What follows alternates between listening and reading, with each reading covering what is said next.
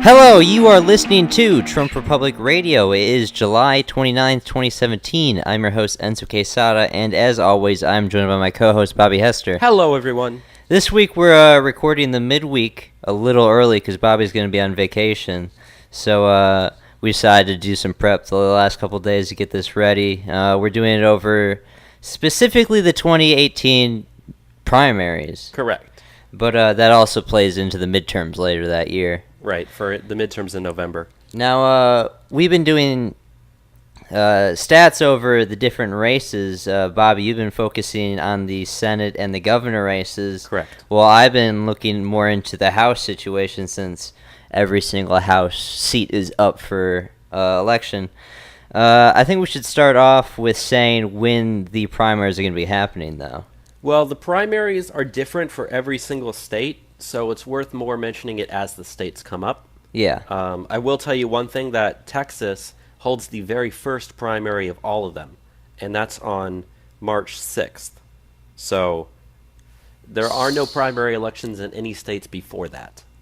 So we got about, what is that, like 7-8 months until we get some primaries? 8 months, correct. Yeah. Yeah, 8 months plus about a week or so, because this is the end of July, so. Okay. Let's get into this House stuff, though. What's the analysis on how these races are going to go? Now, you said the House or the Senate? Or the Senate. Well, currently in the Senate, the Republicans hold a 52-48 lead. We actually lost a couple of seats in 2016, but as we both know, even though we have the majority in the Senate, it's not that much of a majority. No. And you have enough leftist Republican, neocon, establishment GOP that are there to where that's sabotaging our ability to pass legislation. For instance, the healthcare bill that we tried to pass this week failed because of that. So it's imperative that we try to, A, keep control of our lead in the Senate, and B, expand it.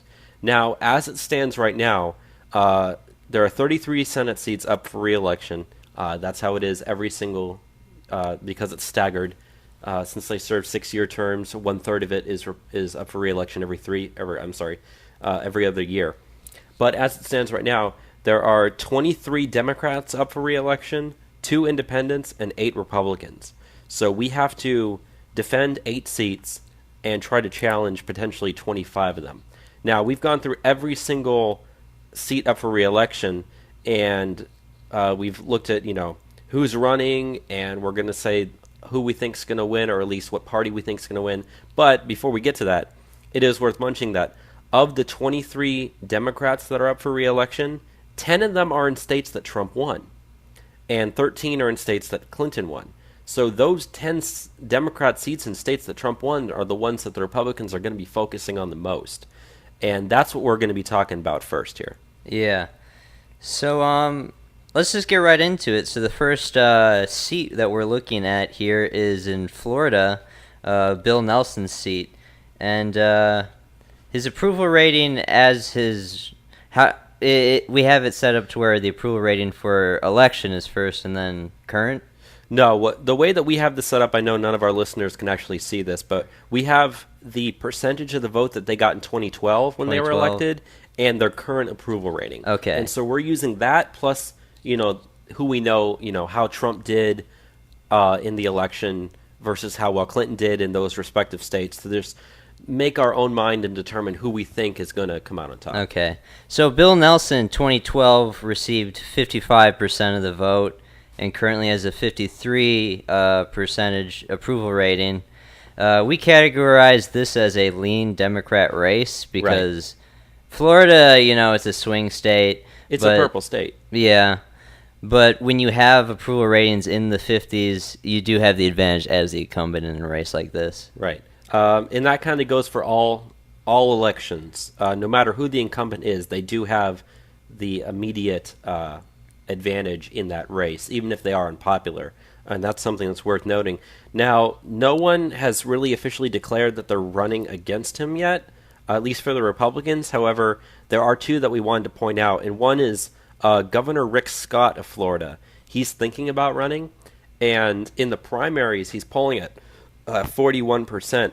among potential Republicans. So it's very possible that he's going to get that nomination if he decides to run for that. Now that we have it as a lean Democrat seat, but if you have the governor of the state running for the Senate seat in a state that Trump won It's more of a toss-up. in a state that Trump actually won narrowly, that would be more of a toss-up. But that all depends on who wins the Republican primary. The other guy is Carlos Lopez Contreras.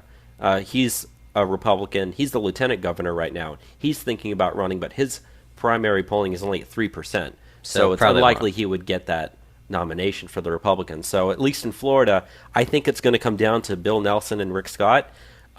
In that case, again, I would say I would have to have it lean Democrat, simply because he's the incumbent and it was a swing state. And I don't know how popular Rick Scott is, but he did win the governorship. So that seat is still at risk. Right. That's definitely an at-risk seat for the Democrats. And we're going to be talking about that as we go along, what seats are most at risk. Yeah. Because a lot of these, we're just going to almost skip right by them. Yeah. The next one, though, is a seat that is at risk, definitely. Yes. Which is Joe Donnelly's Indiana seat. Right. Joe Donnelly was the Democrat. He was elected in 2012 with 50% of the vote. So you can see how close that was. But his approval rating right now is only at 46%. Now, Indiana is a very Republican state. Yes. So we actually have this classified as lean Republican, simply, for that matter. It solidly went to Trump. It did solidly. How many points did it go by? It wasn't close. It wasn't close. It was like 10 to 15 points, I think, was his victory. And even, Indiana voted for Obama in 2008 narrowly by like 1%. And then in 2012, Romney won it by a huge margin. 2016, Trump won it by a huge margin. And he would have won it by a huge margin even if Pence wasn't the VP, because Pence was governor of Indiana. So, yeah, Indiana is a solidly Republican state with a Democrat senator who's, has a high has a low approval rating, I should say, and barely won when he did win last time. Yeah, sub 50. So, that being said, there is one person who has declared that they are running for the Republicans against him, and that is Luke Messler. He's currently the representative for Indiana's 6th congressional district in Congress. He's currently actually tied in primary polling with the other person who we're going to mention here at 23%. And the other person is Todd Reutka. He's currently Indiana's representative for the 4th congressional district in Congress. He hasn't declared he's running yet, but that being said, both of them are tied at 23% in the primary polling. So either one of them has a good chance of actually getting that seat, and if they do, I think that person is going to get elected for that seat. That is one of the seats I think the Democrats are going to lose in the Senate in the 2018 elections. I think so as well. The next seat that we have here, which we're going through the 10 seats that are Democrats in Trump states first. Right. We're going to go through the Republicans as well. Right. But this next seat is the Michigan seat for Debbie Stabenow. She was initially elected by 59% of the vote, but has a 47% approval rating. Right, so that's a big drop. Yeah. So this is Michigan has been going more red ever since we saw the upset in 2016 with Donald Trump. But this is one of the most interesting races. It is, and this is the one that I've been pretty excited to talk about. If you've listened to the Sunday show that we've already recorded, you'll have heard us talk about Kid Rock is wanting to run as the Republican there. Now, we currently have Michigan as the lean Democrat. Yeah. However, the polling with Kid Rock is interesting. I actually do support Kid Rock in that seat. I definitely do. He's currently polling at 30% in the primary, for the Republican primary, which is actually the highest so far of all the people that are running. I don't think he's actually officially declared he's running yet, but he is, for all intents and purposes, he is running. Yeah. He just hasn't filed the actual paperwork. But the other people are Ronna McDaniel, who is currently the chairwoman of the Republican National Committee. She's the chairwoman of the RNC. She's thinking about running. So you can imagine, the Republican Party is going to want to favor their own I guess, I don't know if I'd consider her establishment or not, but, their own person against an outsider. But that being said, the outsider currently is polling higher. Now, that might just be because of fame. It probably is, but that being said, I've looked at his policies, and they're decent. And Kid Rock supports Trump, and the state voted for Trump. So the last thing that I wanted to mention here is that in the potential matchup polling of just Kid Rock versus the incumbent Democrat Debbie Stabenow, Kid Rock is polling at 54% right now. That's a big margin of victory to have 54% of the vote. So at least if the polling is right, and I know the primary for that isn't even until August 7th of next year, so that's over a year from now. So that being said, we have it as lean Democrat, but if Kid Rock gets in there and he pulls a Trump and just uses his fame, That seat's super that at seat risk. is definitely at risk for Democrats. If I was a Democrat right now, I would be worried about that seat. Yeah, so the next seat that we're looking at is the Missouri seat with Claire McCaskill. She was initially elected. She's a Democrat. She was initially elected with 55% of the vote, but currently has a 47% approval rating. Now, we gave Missouri lean Republican. We do. Trump won Missouri. He did, yes. And, with most polling you see on maps, there are several points red. So Yeah. But that being said, Missouri does still have a Democrat senator. She's got a relatively low approval rating, 47%. Could go either way. We still have it lean R, and we wanted to talk about the Republicans who are declared running and possibly running. Now, on our list, I'm going to talk about the possibly running ones first. So, one of the guys that's possibly running is named Josh Hawley. Now, he's currently Missouri's Attorney General. He's thinking about running. Also, Todd Richardson, he's currently the Speaker of the Missouri State House of Representatives. He's thinking about running. And also, Eric Schmidt is the Missouri State Treasurer. He's thinking about running. So all three of those guys do have definite, high level of the Missouri state government positions. So I do have a feeling that any one of those three, depending on who they are and how well they campaign, I think one of those three men will get it. I do think they will go on to win that election. But that being said, none of them have declared they're running yet. But one person has. And this is what we want to talk about. That's Austin Peterson. Now, if you don't know who Austin Peterson is, he ran for president in 2016 as a libertarian. he was a nominee. He was the nominee. He did not get the nomination. Gary Johnson got it. He came in second place. Now, I've actually met him. Back in April of 2016, the Texas State Libertarian Party had their state convention in San Antonio. And I actually went to that, and I was able to meet Austin Peterson, John McAfee, and Gary Johnson. So I've actually met him. And I actually, I supported him for the Libertarian nomination. This was before I became a Trump supporter. I'm sorry. But I've come around. Yes, I have. But that being said, he has declared that he is running as a Republican for the Republican nomination. I do not think he's going to win that. No, I personally don't like Austin Peterson so much. I don't either. He rubs a lot of people the wrong way.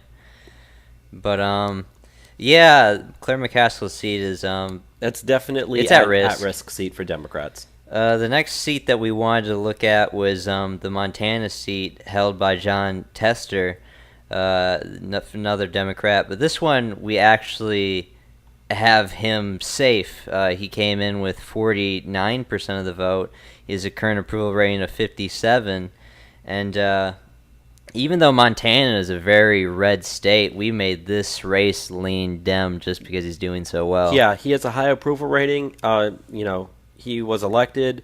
Montana, even though votes Republican for presidents, they have, he's their Democrat senator. They have a Democrat governor. So that's not a state that's, even though it's a red state, it's not solidly controlled by Republicans. So, that being said, we do have that as lean Democrat. We didn't even bother looking at who's running against that because we figure looks like it's pretty safe. He's going to win that. The next seat that we have here is also very similar. It's the North Dakota seat held by Heidi Heitkamp. She won big league Yes. with her initial. She got 72% of the vote in 2012 and currently has a 60% approval rating, which is interesting because North Dakota is very red. Very red. But we have this up as safety. Yeah, so she's going to get the nomination for the Dems, and she's going to win that. But the next state is one that is a toss-up, and that's Sherrod Brown's seat in Ohio. Now, initially, he won 51% of the vote in 2012 and Very has close. a current approval rating of 52%. Yeah, so that's very, very close for both of those. And so we definitely have this as a toss-up. Specifically, if you remember back, Trump won Ohio by 9 points, a 9-point margin of victory. And that's a state that went to Obama twice. So you can see that state flipped Republican big league. And for that reason alone, we're thinking that even because Sherrod Brown, he only has 52% approval rating and he only won with 51% of the vote back in 2012, that's going to be very, very close. So we have that as a toss-up. He could win, he could lose, it could go either way. But the two Republicans who are both running for the Republican nomination, the first is Josh Mandel. He's the Ohio State Treasurer, and he's actually primary polling at 62% for the Republicans. So I definitely think he is going to get the nomination for Republicans. So it's going to be him versus Sherrod Brown, and that could go either way. I have no idea how that one's going to go. Yeah, it's interesting with how red that state got out of nowhere. If a senator like Sherrod Brown could hold on to his seat somehow in the state. Right. And the other Republican that's running is Matt Huffman. He's a state senator from their 12th district, but he's only primary polling at 8%, so it's very unlikely he's going to get that nomination, but it is worth mentioning simply because he is running. But yeah, it's going to be Sherrod Brown, Democrat, versus Republican Josh Mandel. That could go either way. I hope Josh Mandel would win that. Yeah. So the next seat that we have here is the Pennsylvania seat held by Bob Casey. He initially in 2012 won with 54% of the vote and has a 49% approval rating.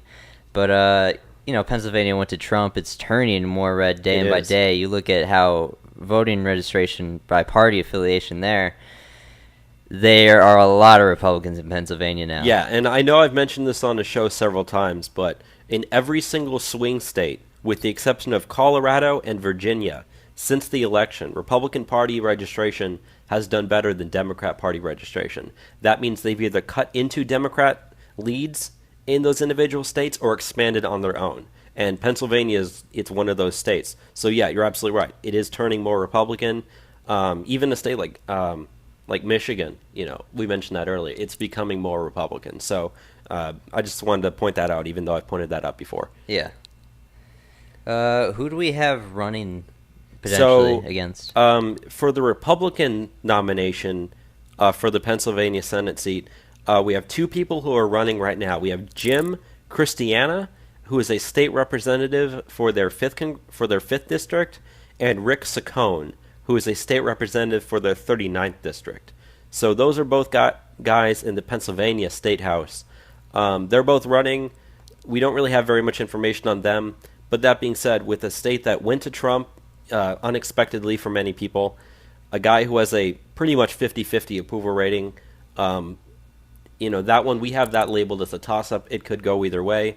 But then again, Bob Casey is the incumbent running, so he probably has the advantage in that seat, but that's definitely one that the Democrats are at risk with. Yeah. So the next seat that we have here on the list is Joe Manchin's West Virginia Senate seat, but we have this actually as a safe D seat. He came in with 61% of the vote, and he has a 57% approval rating, even though West Virginia generally is a pretty Republican state. Yeah, just like North Dakota and Montana, it's a very Republican state, but they have a Democrat senator.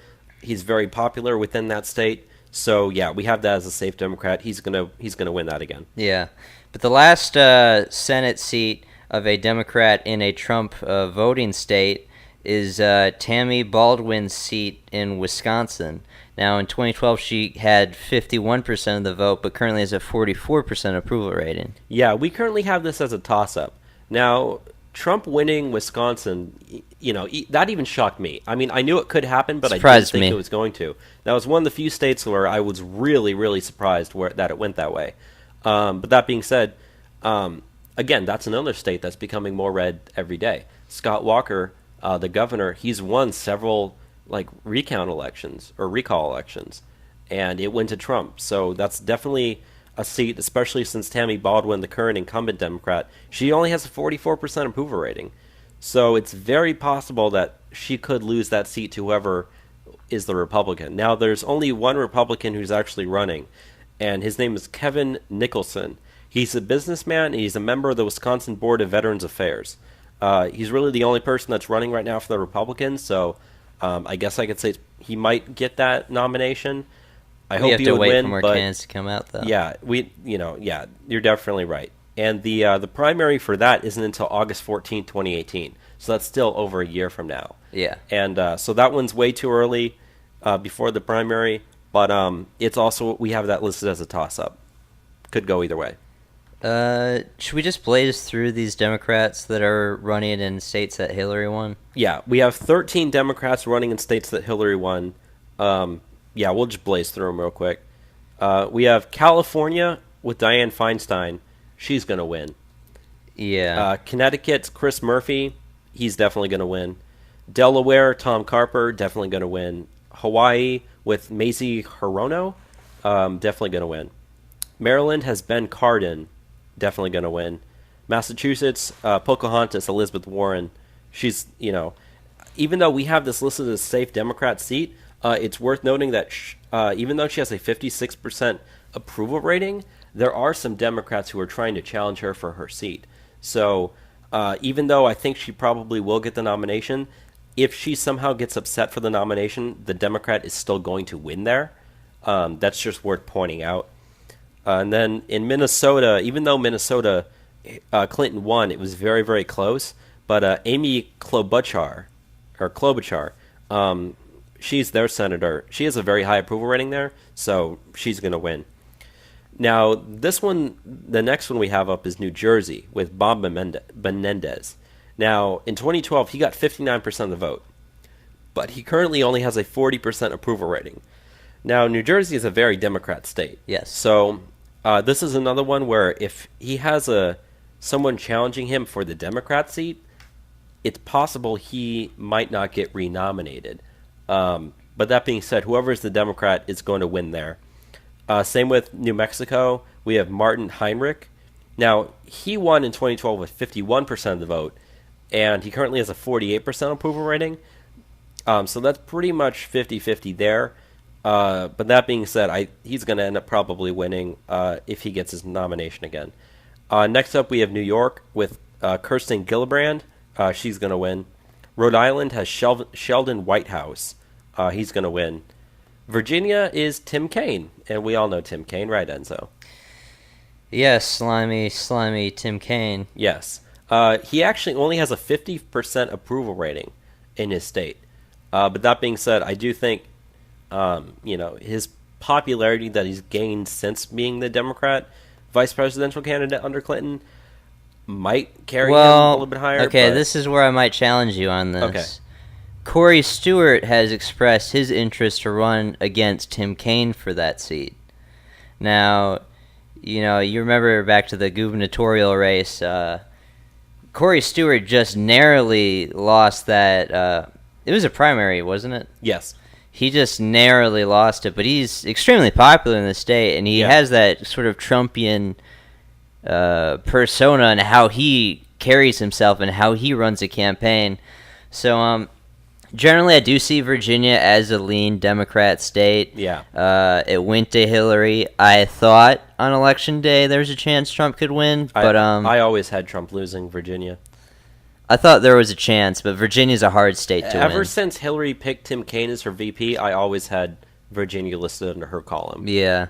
It's hard when you have the suburbs of D.C. that leak over into Virginia. Yeah, those go because straight the rest to Democrats. of the state is very red. Yeah. But that area around D.C. is the bluest part, and that's what swings those elections there. But yeah, that being said, we currently have Virginia as lean Democrat. But you're right. I happen to agree with you. If Corey Stewart gets the Republican nomination, It's possible he could throw Tim Kaine to run for his money. which would be amazing. It would be amazing. It would be nice to see He'd that. probably like the best pro-Trump senator we could get in. I think so. But yeah, that being said, I still have it as lean Democrat, and I tend to think whoever is the Democrat nominee, which is probably going to be Tim Kaine, is going to win that election. Yeah. And last up, we have in Washington, we have Maria Cantwell. She's safe in her seat. Yeah. So there are 2 independent senators that both are in states that Clinton won that are running. Yeah. In Maine, we have Angus King. Now, remember, in Maine, they have 1 independent senator and 1 Republican senator. Now, Maine, obviously, it went to Clinton, but remember, Trump won that 2nd congressional district. Yeah, because there's 2 electoral Right. points that come It's out one of of the it. 2 states, Maine and Nebraska, both have 2 electoral votes to the winner of the state, and then they divide the rest by who wins each congressional district. And Trump won the 2nd congressional district, so he did get that 1 electoral vote. So there is a little bit of movement in Maine towards Republicans to a degree.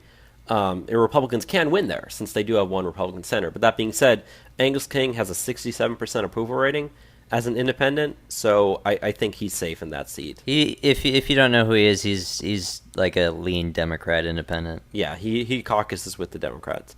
And the last is our least favorite, or my least favorite person in the Senate, is in Vermont, we have Bernie Sanders.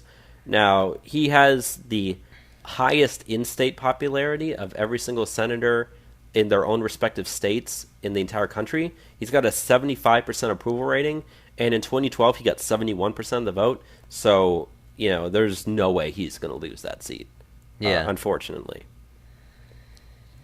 Yeah, your least favorite is Bernie Sanders. Mine is Chuck Schumer. Chuck Schumer's very close second. Chuck but Schumer is very I bad hate as Bernie well. Sanders just a little bit more. I do hate what Bernie Sanders did to our generation, but let's get into some of these Republicans that are running now, though. So we have 8 Republicans running. 8 Republicans I'm in sorry. general Yeah, I'm sorry running interrupting for you. re-election in Senate, but 7 of those Republicans were in states that Trump won, while only 1 was in a state that Clinton won. Right. So first we're going to go through the Republicans in states that Trump won. First up is Arizona. And currently Jeff Flake is their senator. Now in 2012, he only got 49% of the vote, but still won. He's sitting at a 44% approval rating. Now, even though Trump won Arizona's been slightly becoming a little bit more blue over the years. I think it's lean Republican, but it's close to being a swing state. It definitely is. I have it listed as toss-up right now for the simple reason that The approval rating's kind of down. he has a bad approval rating. If his approval rating was a little bit higher, I would have it lean Republican. Again, this is really one that kind of depends on who ends up getting nominated for the Democrats. If they have a good candidate, it's possible he could lose that seat. But if they have just a so-so candidate, I think he'll end up getting reelected. But the Republicans that are currently challenging him Are also kind of popular. yeah, they are. So we have Kelly Ward. Now, she actually ran against McCain in 2016 in the primary, and she lost. So Became fairly close. yeah, she did. I wish he would have won. I hate McCain as well. But that being said, so she has some, people kind of know who she is in that state. Now, in the primaries, she is polling at 30%. So, so she's primary polling at about 30% among Republicans right now. Now, Jeff Flake, his primary polling numbers are kind of all over the place, simply because the different primary polls have been at different months, and they've had some candidates weren't on them and some were on them. But he's polling anywhere between about 23 and 35%, which is pretty much neck and neck with Kelly Ward right now. And the last one is Jeff DeWitt. Now, he's currently the Arizona State Treasurer. He's not running yet, but he's thinking about running. He's polling actually highest among all 3 of them. He's polling between about 38 to 42% among Republicans. So if anyone has a chance of upsetting him the most, it's probably Jeff DeWitt. But their primary isn't until August 28th of 2018. Again, that's over a year from now. So it'll be interesting just to see where things go. That one could go to any of those 3, could get the Republican nomination for that seat. I really have no idea. Yeah. But for the Democrats, they have a few people different running. They have, first up, Richard Scherzen. He's a retired judge. He's running. Mark Kelly, who is the famous astronaut, and he's also the husband of Gabby Giffords. And he's thinking about running. They also have Greg Stanton, who's the mayor of Phoenix. He's thinking about running. And finally, we have Kristen Sinema. She's the U.S. representative for Arizona's 9th congressional district. She's thinking about running. Now, in the general election polling, there is only one poll that's out so far, and it has Jeff Flake, the Republican incumbent, versus Kristen Sinema. And in that, he beats her 38-36, with the rest undecided. So, at least in the head-to-head matchup, Still very the early to call. Republican is still narrowly winning against her. And I don't know why they chose her specifically, but I have a feeling it's probably because she is, I guess, standing the greatest chance of winning the Democrat nomination for that. I have no idea who else would get the Democrat nomination for that. But that being said, if she gets it, I think it's going to be close. If any of the other people get it, I feel like the Republican will probably get elected. Whoever the Republican ends up being. This is definitely a very at-risk seat for us, though. Yeah. Of the 8 seats that we have, this one and the one that we're going to mention later in Nevada, those two are the ones that I think for us are the most at risk. Yeah. For losing. Let's go through these other Republican ones since they look fairly safe. So we have Roger Wicker in Mississippi, who has a 50. He got 57% of the vote in 2012, and he has currently a 52% approval rating. So we made him safe R because Mississippi is a pretty Republican state. He's safe in that. From here forward, when I say he or she is safe in that seat, I'm going to say more as the party is safe. Yeah, because it's possible that the individual could get replaced by a different person in their party, but that party will still go on to win. As we kind of mentioned, Arizona, that might happen there. So when we have safe Republican or safe Democrat or lean Republican or lean Democrat, we're talking more about the party rather than the person. Even if we do mention the person, we're more specifically talking about the party. But next up after that, we have Nebraska, which is Deb Fischer is the Republican. 56% of the vote in 2012, 56% approval rating. The Republicans are safe there. In Tennessee, next up we have Bob Corker. 65% of the vote in 2012, 57% approval rating. That's safe Republican. Next up is our state, Texas. We got Ted Cruz. Lion Ted, as we like to call him. With that being said, he got 57% of the vote in 2012, 57% approval rating. Whoever is the Republican nominee, it's probably going to be him. He's safe in that seat. There's no way a Democrat's going to win that seat. He's generally liked in Texas. As a senator, I like him. Yeah. When he was running for president, I did not. Neither I thought did he was getting a little bit too cocky. I didn't agree with all of his presidential policies, but I do like the way he votes in Congress. So I'm definitely going to vote for him in the primary, and I'm definitely going to vote for him in the general election. Same here. But that being said, even though he's safe in that seat, there is a couple of people challenging him for the Republicans. First up is Stefano De Stefano, which is an interesting name. But he's an attorney here in Texas. He's declared that he is running against Ted Cruz for the Republican seat, as well as one person who's possibly running, who hasn't actually declared yet, but I think is worth noting, is Katrina Pearson. Now, if you don't know who she is, she was just pretty much this regular woman who was volunteering for the Trump campaign and was promoted to Trump's national spokeswoman throughout the campaign. So she's a well-known person. She was like a TV surrogate. Yeah, pretty much. I thought she did pretty well. I liked her. I did. If Ted Cruz didn't get it, I think I'd like to see her get it most. But that being said, Ted Cruz is currently polling at 52% in the Republican primary, which that's enough to win it. So he's going to get the nomination. He's going to win that again. But there's only one Democrat that's actually running against him right now, and that's Beto O'Rourke. He's currently the representative for Texas's 16th congressional district in Congress. Nothing more to say other than he's not going to win that seat. No, I know people personally that have expressed desire to vote for Beto, but I don't know. Ted Cruz is going to win that seat. Ted Cruz is safe in there. It's still Texas. Yeah.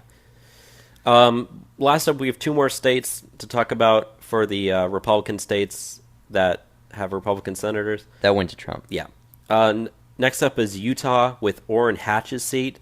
65% of the vote in 2012, 53% approval rating. Republicans are safe there. And Wyoming is the last one with John Barrasso. 76% of the vote in 2012, 69% approval rating. So that's definitely safe for Republicans there. And last up for the Senate, we have the Republican in the state won by Clinton.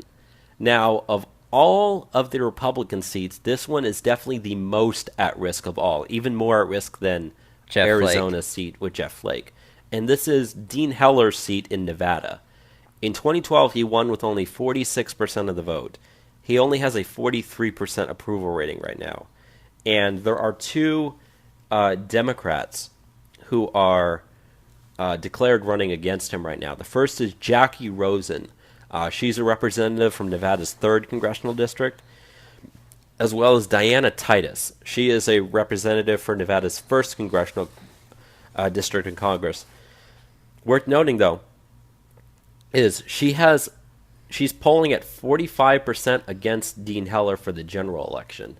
So that's really, really close. I don't have his polling numbers, but the fact that she's polling that high and the fact that he only won with 46% last time. And this is a state that went to Clinton. And it is a state that went to Clinton. Narrowly. We have this listed as a toss-up. It could go either way. Him being the incumbent would probably give him a slight advantage. But that being said, I don't know who's going to show up to vote in Nevada. Nevada's just one of those states where you never really know how it's going to go. So I really don't know about that one. I really don't.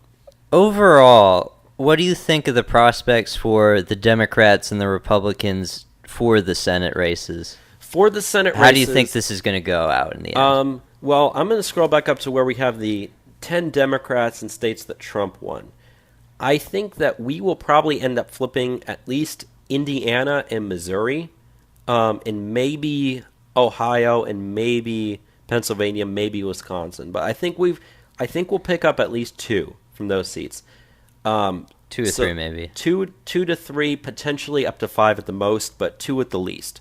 So we have currently a 52 to 48 lead in the Senate. The Republicans have. And if you remember the healthcare bill that failed 51-49. So we have 3 Republicans who are pretty much being traitors to the party, voting against stuff, and that's the reason why we can't pass everything. John McCain being one of them. But that being said, you only need 2 or 3 more Republican seats before those people don't matter, and you can pass whatever you want. Now, I've been talking to both you and a couple of our other friends over the last couple of days since we've been researching this information. Now, if you think about Trump running for re-election in 2020, now, right now, the administration's not doing too good, at least in terms of trying to get stuff passed in Congress. The House is more receptive. They're passing some stuff. But the Senate, everything keeps getting held up. It's very stagnant. It is very stagnant. But if you can get a couple of more people into the Senate after 2018, and you can start passing all your stuff, people tend to have generally short attention spans and short-term memories. So if Trump is running for president in 2012, the stuff that's going to be on people's... 2020. The stuff that's going to be on people's mind is what happened in the last couple of years, 2018 and 2019. And, and also stuff in 2020. So more 2019 and 2020. So if you can get a couple more Republicans in Congress and actually pass some stuff, that's going to be what's in people's minds. That's going to be what they remember. That's what he's going to run on. So, even though things are kind of tumultuous right now, I do have prospects where things are going to look better if we can pull off 2018 and do good. The 13 Democrats in states won by Clinton, I don't think we stand a chance in any of those. The 2 independents, we don't stand a chance. The 7 Republicans in states won by Trump, Arizona is the one we might lose that. But I think, it could just go Republican to someone else, though. It could, and that's exactly what I was going to say. If it ends up being Republican, one of the other people getting it, I tend to think the Republican would be more favored in Arizona. But that's just one of those things. And then there's obviously the Nevada seat, since Clinton won Nevada narrowly. Dean Heller is not very popular as a Republican there. So that one, if we stand a chance of losing any seat, I think it would be that Nevada seat. So if we lose that seat but gain a couple more, we'd have a net gain of one that wouldn't really do anything. So we definitely, as Republicans, need to hit those few states like Indiana, Missouri, Ohio, Pennsylvania, and Wisconsin. I think are the ones that we really need to focus on most. If we can at least flip 2 or 3 of those, which is very, very possible, that's definitely not outside of the realm of possibility. It's very, very likely we can do that, and if we do flip those, we're looking good for 2020. I think it's likely that we can walk out of the election with 2 net gain Senate seats. And what's interesting, though, is that even though the party outside of power in the White House tends to do worse in midterms, we're generally safe in the Senate. Yeah, looking at this, at least for 2018, we've been kind of talking about this personally. What do the Democrats have to run on? I mean, what do they have? Well, there is the better deal, which we're going to be... Well, if you're listening to this now and you listen to the Sunday show, you would have known the details on it. But they are trying to roll out some sort of economic, message, saying that they're going to give us better jobs and better wages. But that stuff's happening under Trump. Anyways. So that's kind of a joke as a mess. I thought that was a joke the first time I heard it until I found out it was true. You thought it was a joke? I thought they were just parodying Papa John's, but... It does seem like Papa John's. But Papa John's... Better jobs, better wages. Papa John's guy is like a Trump supporter, though. Oh, I didn't know that. Yeah. Anyways, but that being said, the party outside of power tends to not do very well in midterms. But that being said... people who are more consistent voters are more likely to vote in midterms, whereas people that aren't as consistent are unlikely to vote in midterms. That's something that goes back historically. And people who are most likely to vote consistently tend to be Republicans.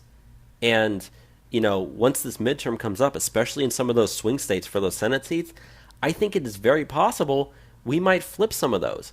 And I think this might be just one of those odd years that the party in power actually does better in midterms. In the Senate. At least in the Senate. And we'll get to the House here in a minute. Now, you know a lot more about the House than I do for the midterms. But, that being said, I think Republicans stand a much better chance of gaining more seats in Congress or in the Senate than Democrats do. But it's all, for some of those seats, it's all going to come down to who gets nominated and how well they do. Yes, and with that said, let's get into some of the House stuff. Now, for the House, every single seat is up for election or re-election right now. All 435. There's currently 229 Republicans and 192 Democrats. Now, the big special number to watch out for this is 24. The Democrats need 24 House seats to go their way, be taken from Republicans for them to take back the majority in the House. And, you look at how it's looking, the Senate is off the table pretty much. They are playing a lot of defense. If they want any chance of being relevant at all, they have to push for the House. Let me go over some stuff just so we can get a picture of how this stuff usually goes. Now, as we were mentioning before, usually the party in power in the White House going into the midterms off the general election loses seats. The average loss of House seats is 25. Now, again, keeping in mind the magic number is 24, using averages just from post-war elections, we do lose the House, which is super scary. Not that the House does a good job, but I don't want the Democrats to hold it. Now, of 16 out of the 18 midterms post-World War II, the president has lost House seats. Only in 2 moments has the president not actually lost seats. You look at the most recent elections, midterms in 2006, 2010, and 2014, we all had waves of, party switches, backlashes against the presidential party. So it is favoring the Democrats in this sense. Now, another interesting thing, which is super significant, which we haven't seen before really, is there are currently 209 Democrats that are announced to challenge for House seats. The requirement that they need is at least $5,000 to register to do it.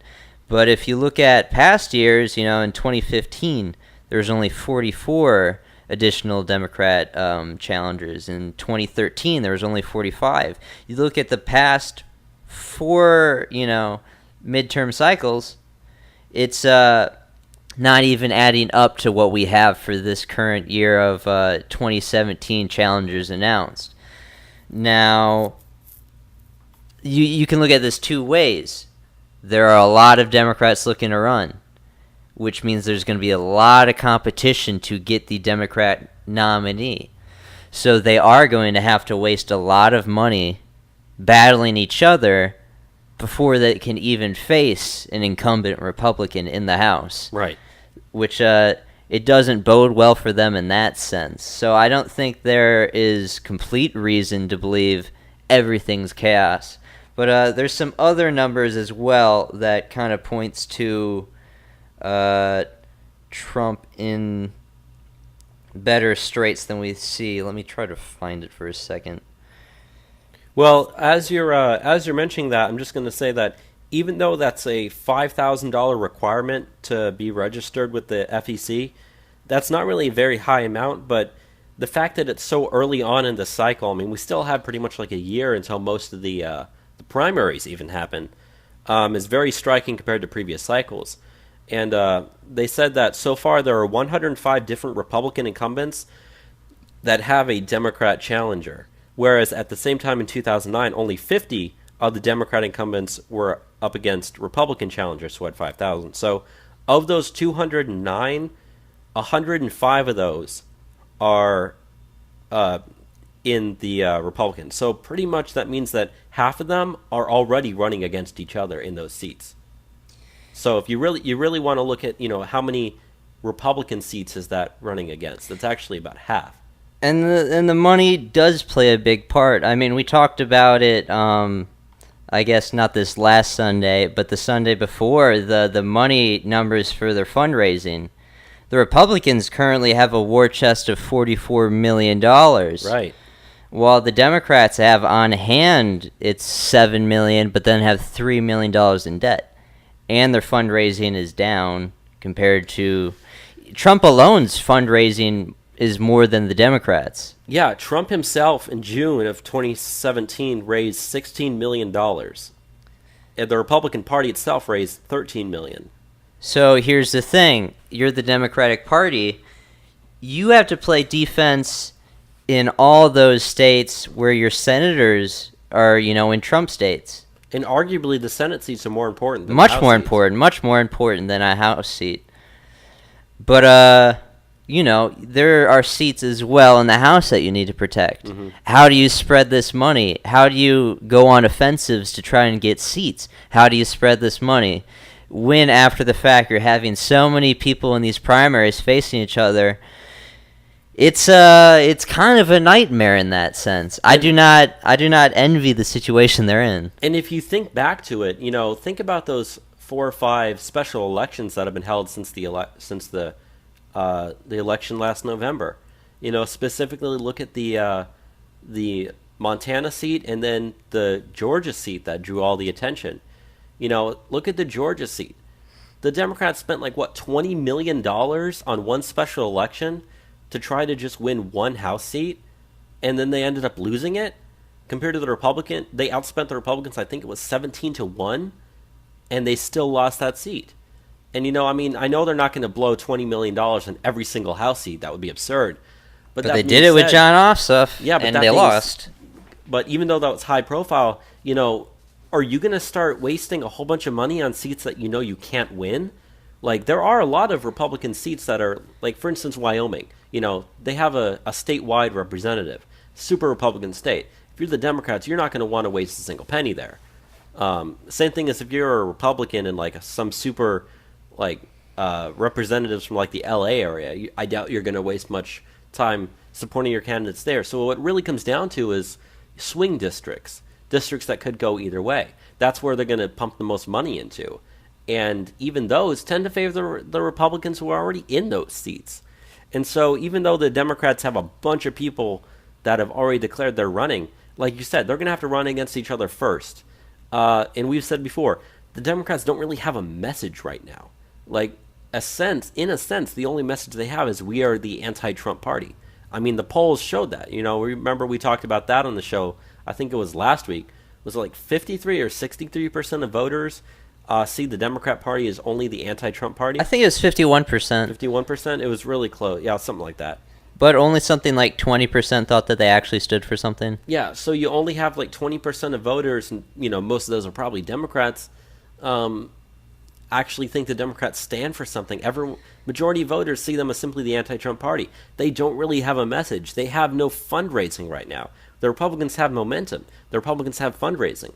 What are the Democrats? Their party registration. Yeah, the party registration is favoring Republicans big time, especially in the swing states. What do the Democrats have? They have nothing right now. And so even though on average the party in power tends to lose about 24 or 25 seats, I don't see the Republicans losing 25 seats. They might lose a couple. They also might flip some blue ones. So if anything, I think, we might lose 5 or 6. So I want to go over some things about how presidents fare with sub 50 approval ratings, because that does factor into this a bit. Now, I've recently looked at some Pew Research polling. Only 51% of people going into the 2018 election say that Trump will not play a factor in how they vote. So you have to take this kind of with a grain of salt. But if you look at the historical precedent, in 1974, Gerald Ford had a 47% approval rating, and he lost 49 House seats. His party lost 49 House seats in the midterms. In 1994, Bill Clinton had a 46% approval rating, and the Democrats lost 54 seats. In 2010, Obama had a 45% approval rating, and his party lost 63 seats. Now, if you look at the different numbers for Trump approval ratings, they're, I don't know, generally 46, I think he has. It depends. If you're going by Rasmussen, which I think is the more accurate number, right now it's dipped a bit. But in general, it's been right around the high 40s to mid 40s. Yeah. I know a lot of the CNN and ABC polls, Washington Post polls, we've talked about that on the show. Those are completely discredited as polls. But yeah, Rasmussen really has them about mid to high 40s, which is pretty much in line with all those other presidents. Yeah. You just said most of those were high 40s. Yeah. So in that sense, it does have the predictive wave to meet that 24 number that the Democrats need. Now, I'm going to give us some stuff here, though, to give you a little hope. Now, you look at how the House districts are drawn in general in the United States, and it's a given that it is gerrymandered in some ways towards us. You look at the 2016 election, Hillary Clinton won the national popular vote by 2.1 percentage points. However, she lost the median House district by 3.4 percentage points. So if you look at how this breaks down in districts, per district basis, we do have an advantage towards Republicans. Overall, 230 House districts voted for Donald Trump, while only 205 voted for Hillary Clinton. Now, there are currently 23 House Republicans that are in districts that Clinton won, so those guys are obviously at risk. While there are, however, 12 Democrats that are in districts that Trump won, so they have to play defense there as well. Right. Now, the last thing I want to talk about is voting demographics and how this does favor us. Generally, Republicans show up in the midterms better. Yes. Now, and that's more do so because older people show up in the midterms. Also, lower voter turnout is always in the midterm election. Yes. Always lower voter turnout. So, like I was saying, that's the people who are consistent voters always show up in midterms. Non-consistent voters don't, and Republicans tend to be more consistent voters. To give you a sense on how this breaks down in terms of age, you can look at how this worked in 2010 to 2012. Voters under the age of 30 were 19% of all votes in 2012, but they're only 12% of all voters in 2010. On the flip side, voters 65 and up made only 17% of voters in 2012, but 21% of voters in 2010. So the advantage is the older people that show up to do this, which is generally Republicans. Now, I saw some statistics. Let me try and find it. Well, as you're finding that one statistics, I do want to read one thing. And we're looking at this thing in Rasmussen, which kind of is ranking, which seats are more toss-ups or not. But it says that so far there are 187 Republican seats and 173 Democrat seats that are safe for either party. So that's 360 of the 435 seats. So 83% of all seats in the House are safe for whoever's the current party controlling that seat. So what you're only looking at the other 17% of seats, the other, 640, the 75 seats that are potential like swing seats. Now, since the Republicans are the majority in the House, most of those are Republican. However, the way that they have it is, there's 12 pretty much current Republican-controlled seats that are toss-ups, whereas there's only 3 Democrat-controlled seats right now that they have listed as toss-ups. So if you really look at it, the seats that you have the potential of losing, we have the potential of losing about 12, whereas Democrats really only have the potential of losing about 3 that really could go either way.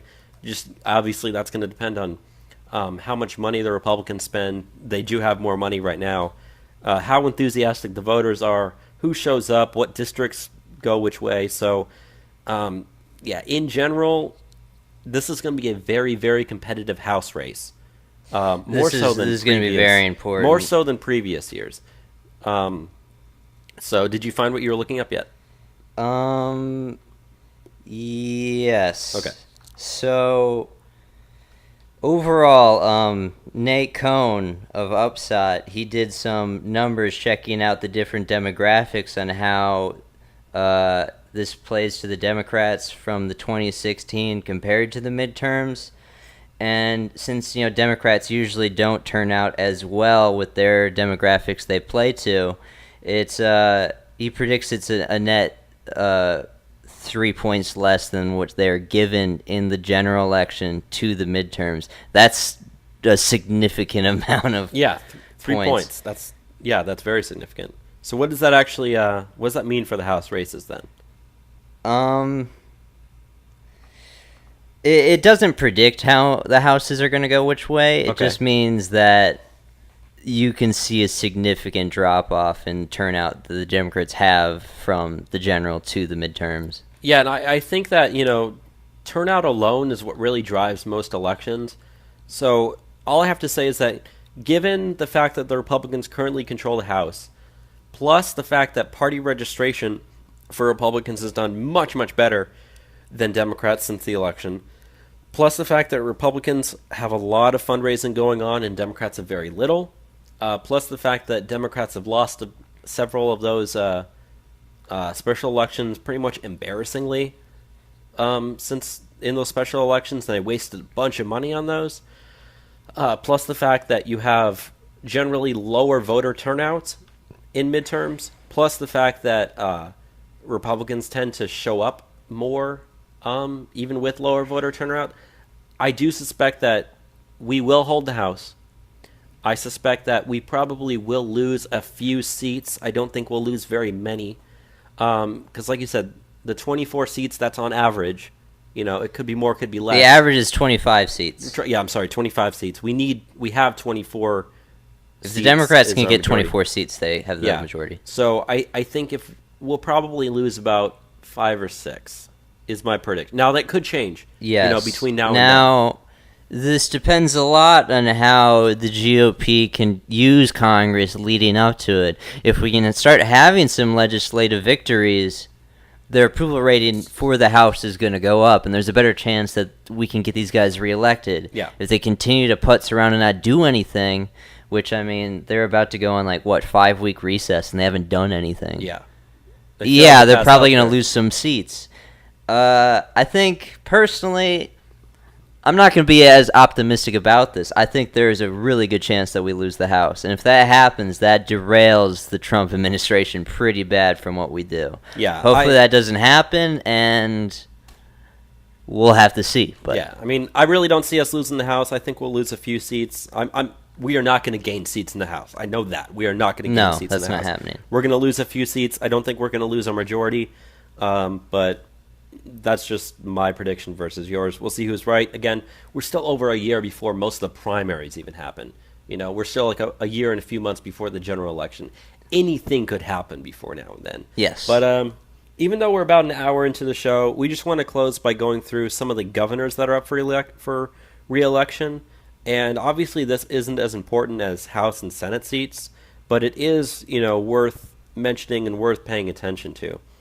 So first up, we have retiring and term-limited Democrats. So these are currently Democrat-held governorships that the current incumbent Democrat governor is not running for re-election because they're either term-limited or retiring. First up is California. The Democrat is going to win in California. There's no doubt about that. But the next up is Colorado. Now, Colorado, the numbers that we have listed here is we have what percentage of the vote the last person... what the current approval rating for the current governor is. Now, Colorado's current Democrat governor has only a 48% approval rating. Now, Colorado went to Clinton very narrowly, so it's still a swing state. Now, I remember reading one thing in Colorado that said that Colorado has had 2 straight Democrats, then 2 straight Republicans every single election cycle for like the last 60 or so years until the last one, I think, was in like 2013 or something like that. Or maybe it was 2014 or whenever the last election was. So it's very possible that, that being said, because they broke that chain, the Republicans are about due for another win there. Now, in 2014, the Republicans won a Senate seat in Colorado. So it's not like, even though it's a state that went to Obama twice and then went to Clinton, even though it's still a swing state, Republicans can still win statewide office there. And they can still gain some power. So it's possible that the Republican could win. Now we're going to go through some of the Republicans, some of the Democrats running right now. So first up for the Republicans, we have George Brochler. Now, he is the man who prosecuted James Holmes, who was the Dark Knight Rises shooter, if you're from 2012. Yeah, the mass shooting in the movie theater. In the movie theater in Aurora, Colorado. So he's running for the Republican nomination. Now, he's a very well-known person in Colorado, specifically for that. So that incident alone could drive a lot of popularity. As well as there's a guy named Walker Stapleton. He's currently the Colorado State Treasurer. He's thinking about running. Also, Cynthia Kaufman is the state's Attorney General. She's thinking about running. And lastly, and this is the one that would probably be the guy that probably stands the best chance of going up against George Brochler for the Republican nomination, we have Victor Mitchell. Now, he is a former state representative, but he's very rich, and he has $3 million cash on hand that he has that he said that if he runs, he hasn't declared yet, but he has $3 million cash on hand that he's going to put directly into his campaign. Yeah. So I think it's going to end up being him and George Brochler. I don't know who would get the Republican nomination there. The fact that the other guy does have more money, Victor Mitchell has more money, probably means he would get it, but George Brochler has some popularity within the state. So I think it'll come down to one of those two. Now, for the Democrats, they have 2 people who are running. They have Kerry Kennedy, who is the former state treasurer, and Mike Johnson, who is a former state senator. So they're both running. We have that listed as a toss-up in Colorado. We don't know if the Republicans going to win. We don't know if the Democrats are going to win. History shows that Republicans would be due this time around for another win. And I think in general the state's a little more lean Dem than I tend lean to think Republican. so as well. But again, that it would also all come down to who the Republicans run, how much money they decide to put into that race, and then who shows up. So, Yes. moving on to another state, we have Connecticut. That's going to be a safe Democrat win, and we have lastly Minnesota. The Minnesota's current governor has only a 50% approval rating, so that's going to be an open seat.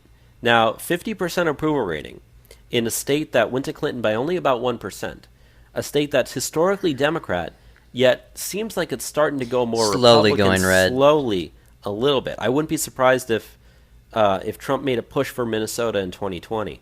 But that being said, there are some Democrats who are running. Chris Coleman is the mayor of St. Paul. He is running. Rebecca Otto is the state auditor. She is running. Tim Walz is the representative for Minnesota's first congressional district. Now, he is extremely anti-Trump. He's very outspoken being anti-Trump. He is running. And the fact that Trump almost won Minnesota. If you have a very anti-Trump person running as a Democrat, I don't think he's going to get the Democrat nomination simply because of that. I think he'd be a little bit too extreme for them. But Rick Nolan is the last person. He's thinking about running. He's the representative for Minnesota's 8th congressional district.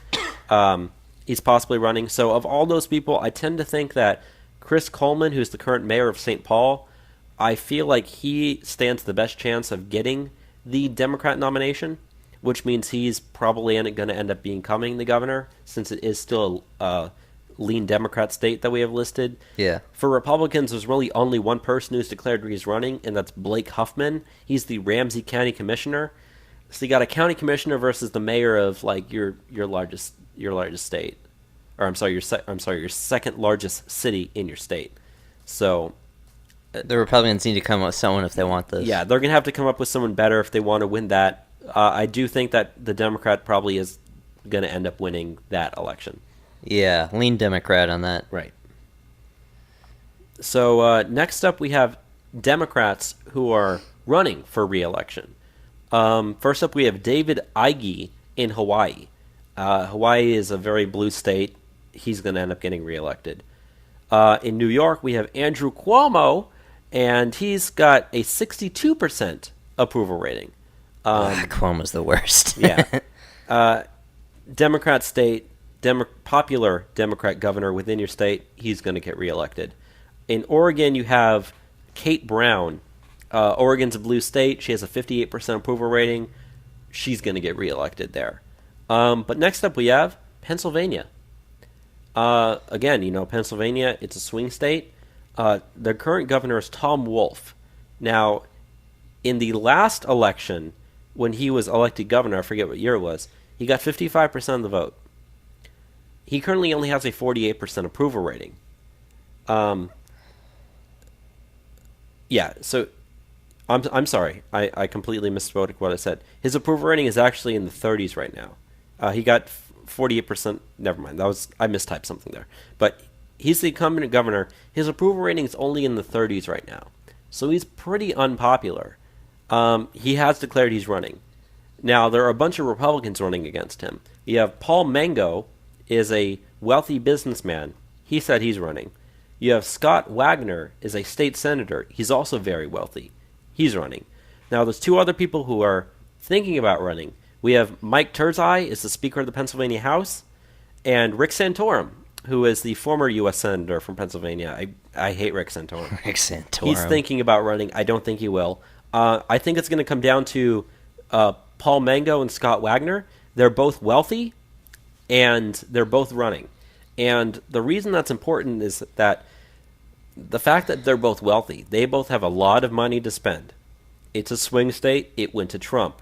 Republicans have gaining momentum in the state of Pennsylvania. Their current Democrat governor is unpopular. And those two dudes, Mango and Wagner, whoever ends up getting the nomination is going to be one of those two guys. If the other one is willing to put their money behind the other candidate and endorse him once the primary is over, you're going to have a lot of money on the Republican side versus simple unpopularity on the Democrat side. Yeah. So we have that listed as a toss-up. It could go either way. And if the Republicans continue to gain momentum in Pennsylvania, I think one of those two Republicans stands a chance of winning. But that being said, Tom Wolf is the incumbent Democrat governor of that state. Incumbents tend to be favored even if they are unpopular. So that's going to come down. That's going to be, I feel like that's going to be close. It could go either way, but I hope the Republican wins. And last up for Democrats that are running for re-election, we have Rhode Island. We have Gina Raimondo. That she's going to get reelected there. Yeah. So the next thing we have is retiring and term-limited Republicans. So these are Republican governorships that are not being ran for re-election, so we have some open seats. First up, we have Florida. Now, in Florida, the current governor there, Rick That's Scott. Wisconsin. Yeah, that's Wisconsin. Rick Scott has a 48% approval rating.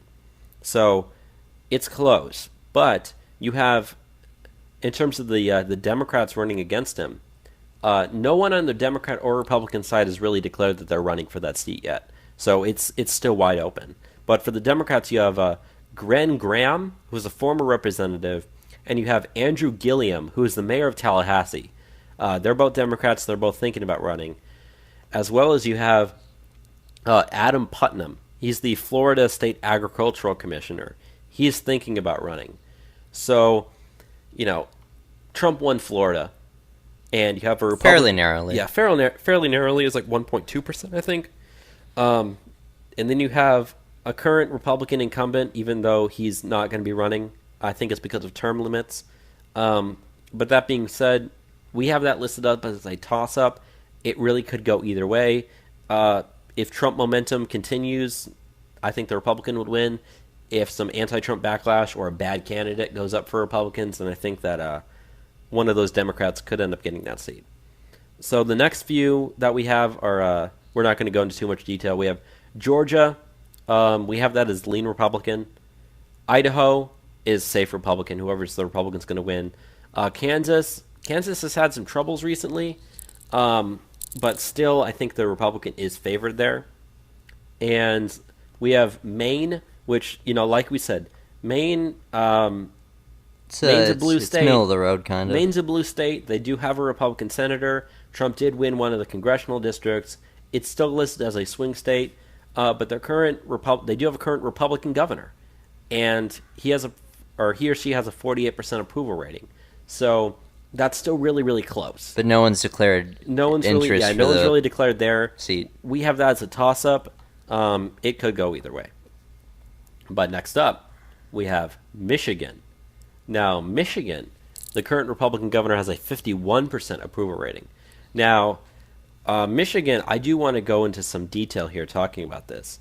So, there are a couple of people who are running and possibly running. For the Republicans, there's only one guy who's declared he's running, and that's Jim Hines. He's a physician. He also leads the Christian Medical and Dental Association. Now, he's declared he's running. However, there are two other people who are thinking about running as Republicans. You have Bill Chouette. He's the Michigan Attorney General. He endorsed Trump in 2016. So the fact that Trump won the state, they voted for Trump for a reason. Favor. So that would play favor to him. Whereas this other guy, Brian Calley, he's the lieutenant governor of the state currently. After the whole Pussygate thing, he actually pulled his endorsement from Trump. So I feel like the guy who endorsed Trump probably would have a better rep with the Trump-supporting Republicans in the state versus someone who pulled their support, especially since Trump did win the state. So if I had to put my money on it, I'd probably put it on Bill Chouette right now as getting the Republican nomination there. But for the Democrats, they have a few people running. There's Gretchen Whitmer. Now, she's the former state Senate minority leader. She's declared she's running. She is probably going to get the nomination. She's got some popularity there among the Democrats in her state. You also have Bill Cobbs, who is the former Xerox executive. He's declared he's running. As well as this last person, Abdul El Sayed. He's the former director of the Detroit Health and Wellness Program.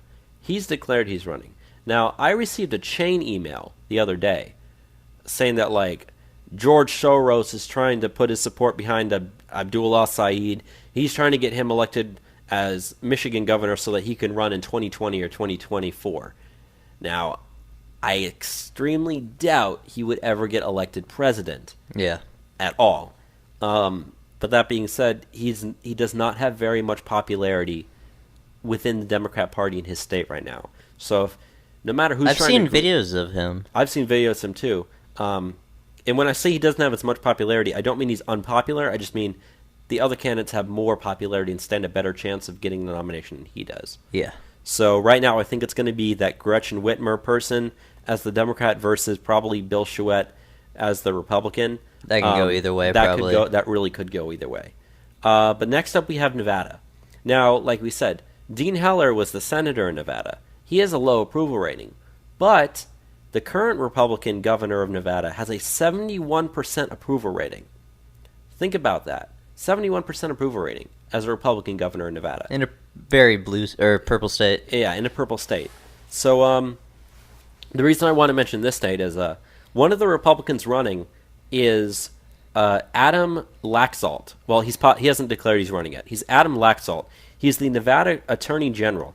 He's rich. He has $1.6 million cash on hand that he said he's willing to put towards his campaign. Now, in the Republican primary polling, he's currently polling at 34%. So I think he's probably going to end up getting it for that matter. The next guy up is Dan Schwartz, is thinking about running as a Republican. He's the state treasurer, but his primary polling is only at about 30%. So 34%, 30%, that's really, really close, but I feel like I tend to give favorites to the guy who has the most money in that race. I think it would be him. And he's pulling a bit higher. Yeah. Now, for the Democrat side, you have Steve Sisolak. He's the Clark County Commissioner. He is even more rich than Adam Laxalt is. He has $3.8 million cash on hand. And he's already declared that he is running. And the other guy is Steve Klubeck. He is a resort mogul, and he is also pretty rich. He's thinking about running. So you have two rich Democrats versus like a rich Republican. So the Democrats, I feel like, in that seat are going to have a lot of money, whoever ends up getting the Democrat nomination for the Nevada governor. Yeah. But we still have that as lean Republican. I know we placed that as lean Republican, but it does seem more toss-up. It does. However, the reason I listed it as lean Republican is, number one, their incumbent governor is a Republican, even though he's not running again. He's a very popular Republican He governor. can probably 71%. endorse the Republican candidate. Yes, and he will probably endorse whoever the Republican candidate is, as well as it being a swing state. Swing states alone mean it could go either way. And so incumbents tend to be favored in elections, even though the incumbent isn't winning. So I would translate that over to incumbent party. So with a popular Republican governor, I would tend to think the Republican in general would be favored for that governor's seat. Even though, that being said, the Democrats do have a lot of money on hand. It could go either way. But moving on to a different state, we have New Mexico, which even though it's a blue state and it votes blue, they have a Republican governor who has a 57% approval rating. So fairly popular Republican governor, not running for re-election, obviously, because we're talking about, I think, term limits or retiring. But Republican governor, pretty decent approval rating, but a blue state. I have that as a toss-up, personally. Yeah. Next up, we have Ohio. So the hungry governor, you remember the hungry governor, right, Enzo? Not really. You don't remember the hungry governor? No. John Kasich?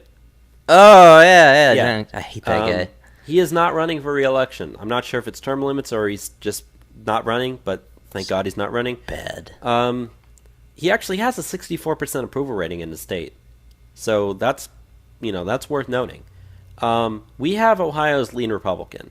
And we do that because, you have a Republican governor currently. He has a pretty decent approval rating at 64%. Trump won Ohio by 9 points. So I think this time right now, Republicans in general are favored in Ohio. Now, that being said, we're going to go through who's running. So For the Republicans, we have Mark DeWine. He's the Ohio Attorney General. He's running, and he's currently polling in the primaries at 31%, highest of the field. I feel like he's probably going to be the one to get it. You also have up Mary Taylor.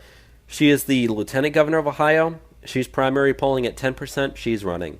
You have Jim Renacki. He's the representative for Ohio's 16th Congressional District. He's running, but only polling at 6% in the primary. And you have John Husted, who's the Ohio Secretary of State. He's possibly running, and he's currently primary polling at 14%. So I feel like the Mark DeWine guy is probably going to end up getting it since he's polling highest. But in terms of Democrats, you have three people who are running. You have Connie Pillich, is a former state representative, is running. Joe Schiavone is the state Senate minority leader is running, and Betty Sutton is a former U.S. representative. They're all running, and also you have Nan Whaley is the mayor of Dayton, Ohio. He's thinking about running. So I tend to think the Republican candidate is favored there. I don't know. It's a lean R state. Yeah, it went to Trump pretty handily. Yeah, it's a lean R state, and for that reason, I do think whoever gets the Republican nomination probably will end up winning that. But the last four we have are all safe Republican states. We have Oklahoma, South Dakota, Tennessee, and Wyoming. Those are all safe for whoever the Republican ends up being. Yeah. So very red states. Yeah. So next up, we have Republicans who are running for re-election in their respective states. In Alabama, we have Kay Ivey. Now, she recently was actually elected in a special election, so we don't know what her approval rating is right now, since she pretty much just got into office a few months ago. But the last Republican that got elected in the last election for governor there won with 64% of the vote. Alabama is a very Republican state. That's a safe Republican seat. Arizona, their current Republican governor is Doug Ducey. I don't know how you pronounce it. I think it's Ducey. Ducey? That's probably best. He got 54% of the vote last time. He has a 56% approval rating. That seat, I believe, is safe for the Republicans. In Arkansas, you have Asa Hutchinson, 67% approval rating. Safe seat. However, the next up we have is Illinois. Now, it's surprising to me that Illinois actually has a Republican governor. Now, Illinois has been going through all that budget crisis stuff that we kind of talked about the show the last few weeks ago. They finally look like they're getting through it.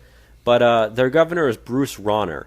He won last time with 50% of the vote. He only has a 42% approval rating. So that alone, in a pretty blue state, in a very, very blue state, we have that up as listed as lean Democrat. So Bruce Rauner is running. Now, in terms of the Democrats that are running, you have J.B.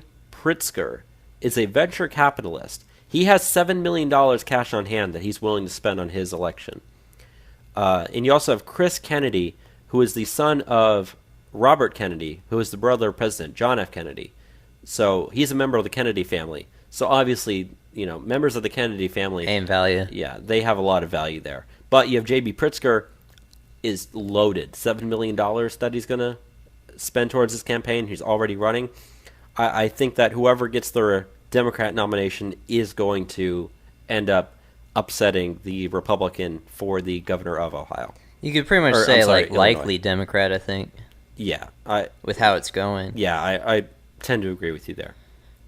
But in Iowa, they have Kim Reynolds is running for re-election. Won with 59% of the vote last time, but only has a 48% approval rating. But Trump did win Iowa. Very red state. Yeah, it's becoming a very red state. So we have that as lean Republican. Now, Maryland, even though Maryland is a very blue state, their governor is Larry Hogan, Republican. He won with only 51% of the vote last time, but he has a 73% approval rating. It's outstanding that his approval rating is that high. So I think he's actually going to get reelected, even though that's a blue state. So we have that as lean Republican. As well as Massachusetts, Charlie Baker is a Republican. Again, Massachusetts, very blue state, but they have a Republican governor. He won with 49% of the vote last time. He has a 75% approval rating.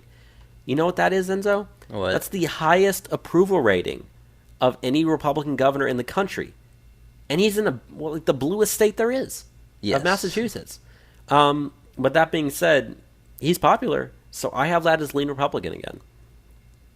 And up we also have Nebraska. Pete Ricketts is governor, 61% approval rating, Republican state, safe Republican seat. Now New Hampshire is the next state that we're talking about. Now, New Hampshire is special from every other state because New Hampshire has governor or gubernatorial elections every 2 years. So it's almost like you're in a constant state of running for re-election. It's much like the House of Representatives. Their Republican governor is Chris Sununu. Now, in 2016, last year, he won with 49% of the vote, but he has a 55% approval rating, and it's a swing state. Hillary Clinton only won it by 2,500 votes total. It was the closest state of all in terms of number of votes. So it's a very, very swing state, but you have a Republican governor. He has a higher approval rating. The Democrats running against him are Steve Marchand, is the mayor of Portsmouth, as well as Mark Connolly, who is a former New Hampshire state securities regulator, is thinking about running, and Colin Van Ostern, who is the person who lost the governor race to Chris Sununu in 2016, is also thinking about running. So I tend to say I think that is a lean Republican seat for that governorship. Yeah. Simply because of the reasons that I've listed. The incumbent has the advantage there. Right. And he Now, has a good approval rating. Right. Next up we have in South Carolina, Henry McMaster. Now, we don't have his approval rating because he recently came into office replacing Nikki Haley. Who went to the, She's the ambassador to the United Nations.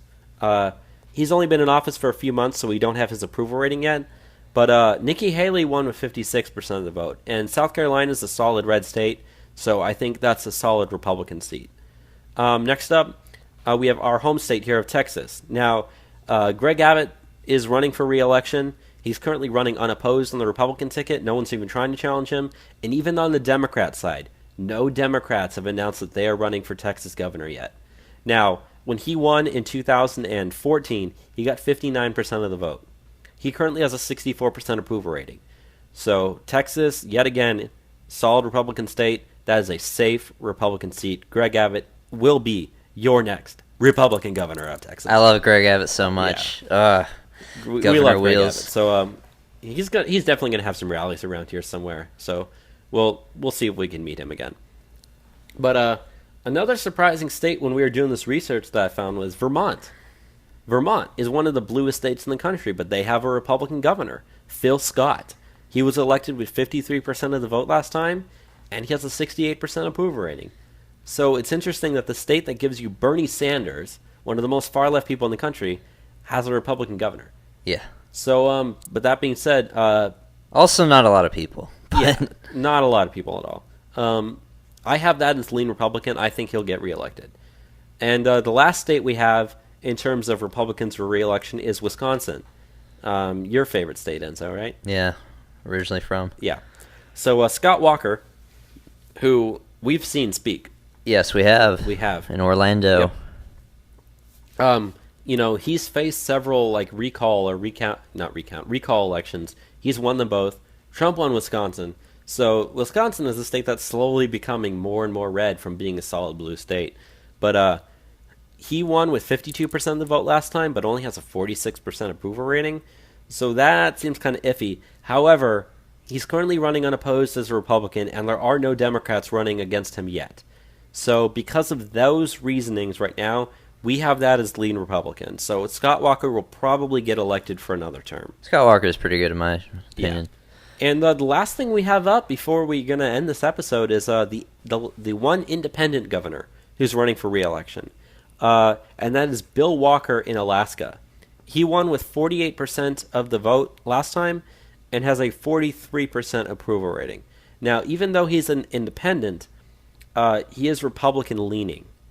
So, he's pretty much a Republican even though he's an independent. Yeah. Now, we have some primary polling for the people running here. Now, Joe Miller is a perennial candidate. If you don't know what a perennial candidate is, that's a person who constantly keeps running for the seat and then always loses. That's a perennial candidate. Now, he is thinking about running for the Republican seat there. He's currently primary polling among Republicans at 33%.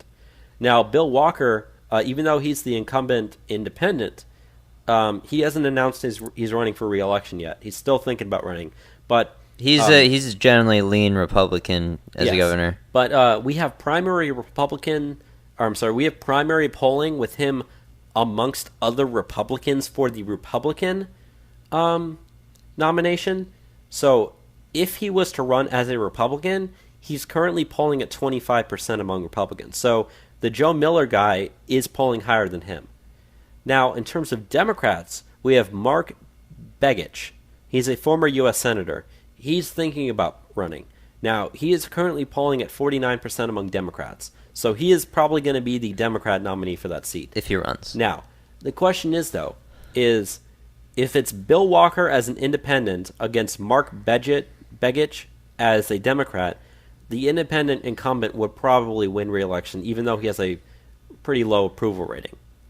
But if it's a three-way race, and it's Bill Walker as an independent versus Joe Miller as a Republican versus Mark Begich as a Democrat, it suddenly becomes a three-way race. Advantage, Mark. And the advantage then would go to the Republican candidate in that race because it is a solid Republican state. So that's really all I had to say for that. And that's all the senators, all the House seats, and all the governors. Man, we've really gone through a lot in the last hour and a half. Yeah. So many different things. And we're still, as we were saying, a year away from seeing all this stuff. But it's already starting to build its picture of what we can see. And we're already, able to analyze what we're seeing. And I think the Senate is super favorable for us. The House, not so much. The governorships, I think we're on good standing with most of those. For the most parts, the governorships are pretty much going to stay the same.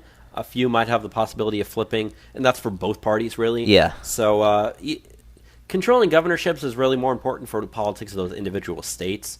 Because, like I said, there are some states like Vermont and Massachusetts have super blue states, but they got Republican governors. So it's like, it's not the craziest thing in the world. It's not the most important thing, although it is worth paying attention to. But that's really all I had to say there. Any other final thoughts, Bobby, on these midterms before we head out? All I would say is the first midterm elections are in Texas on March 6th, and the last are in August. Primaries. Yes, the primaries are in August for whatever. Actually, Alaska is the last state at August 21st. So March, April, May, June, July, and August, all those months next year are going to be primary months, almost every single week. So really not that far away. No. It's currently, even though this is the last week of July, let's say it's the first week of August. September, October, November, December, January, February, March. 7 months, plus about a week, until the primaries start for Texas. And that kickstarts, boom, everything else for all the others. And then we're right back in the thick of politics. And then it's nonstop primaries almost every single week until August. And then it becomes general election time for everybody else. Which is in November. Now, the thing that we've been talking about before we leave here is about, just how bad the Democrats really are doing right now. One thing that might give them a little bit of an advantage is all those different states with all those different races for House seats and Senate seats and governorships, they're spread out among that 5 or so month period. Yeah. So they can move. The Democrat Party can move from state to state to state. But if they start seeing momentum gaining for Republicans in those first few kind of swing states that end up having their primaries, that might spell doom later on.